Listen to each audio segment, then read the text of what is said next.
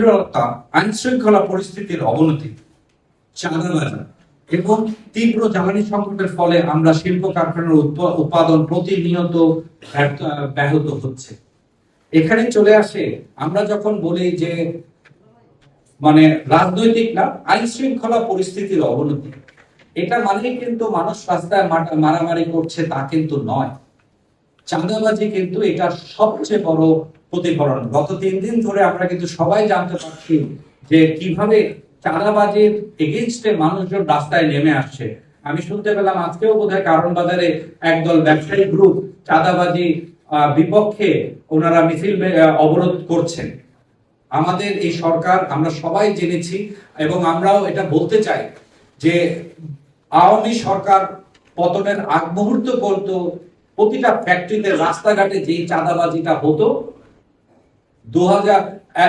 August 2005-এর পর থেকে অগাস্টের 6 থেকেই সেম রেটেই কিন্তু সারা বাংলাদেশের প্রত্যন্ত অঞ্চলে একই চাঁদাবাজি, ইফ নট কিছু কিছু ক্ষেত্রে 20-25%, 50% বেশি চাঁদাবাজি হচ্ছে, যেটা পুরো অন্তর্বর্তী সরকারের আমলেই কিন্তু চলমান ছিল।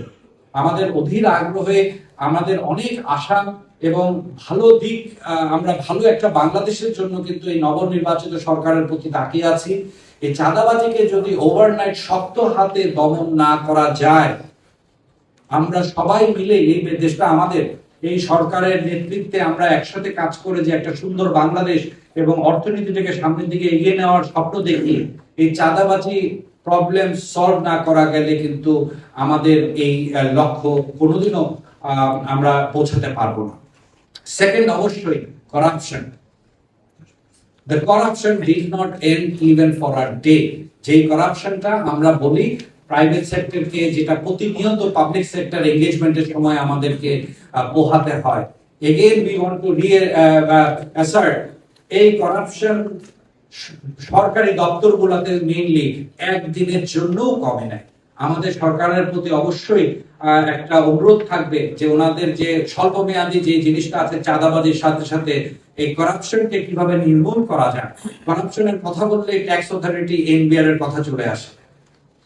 আনফরচুনেটলি সত্য কথা সেটাই যে আমরা সাধুবাদ জানাবো। আমি ফাইন্যান্সিয়াল সেক্টরে যেটা বলেছি যে আমাদের মাননীয় অর্থমন্ত্রী, উনি কিন্তু এর আগেও কিন্তু বাণিজ্য মন্ত্রীর দায়িত্বেও ছিলেন।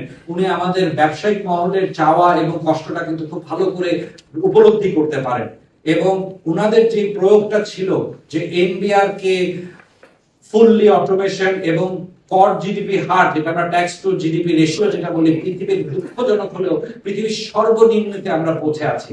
উনি একটি প্র্যাকটিক্যাল ডিসিশন নিয়েছেন আগামী বাজেটে, উনি এটাকে 8%, যেটা লজিক্যাল আমাদের কাছেও মনে হয়েছে, এই করার জন্য এবং আমাদের ট্যাক্স জিডিপি রেশিও বাড়ানোর জন্য এনবিআর কে, ন্যাশনাল বোর্ড অফ রেভিনিউ কে যে পৃথকীকরণ পলিসি এবং রেভিনিউ কালেকশন এবং অটোমেশন, আমরা এই কথাই বুঝতে পারি না। আমরা মনে করি এনবিআর এর ভিতরেই যত রকম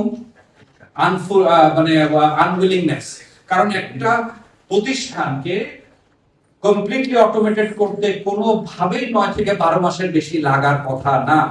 কেন ওনারা পারছেন না, এটা আমাদের সরকারের কাছে তো অবশ্যই কোয়েশ্চেন থাকবে এবং এই জিনিসটাকে অটোমেশন এবং এই পৃথকীকরণটা যত তাড়াতাড়ি সম্ভব এই বাস্তবায়ন করার জন্য আমরা কাজ করে যাব।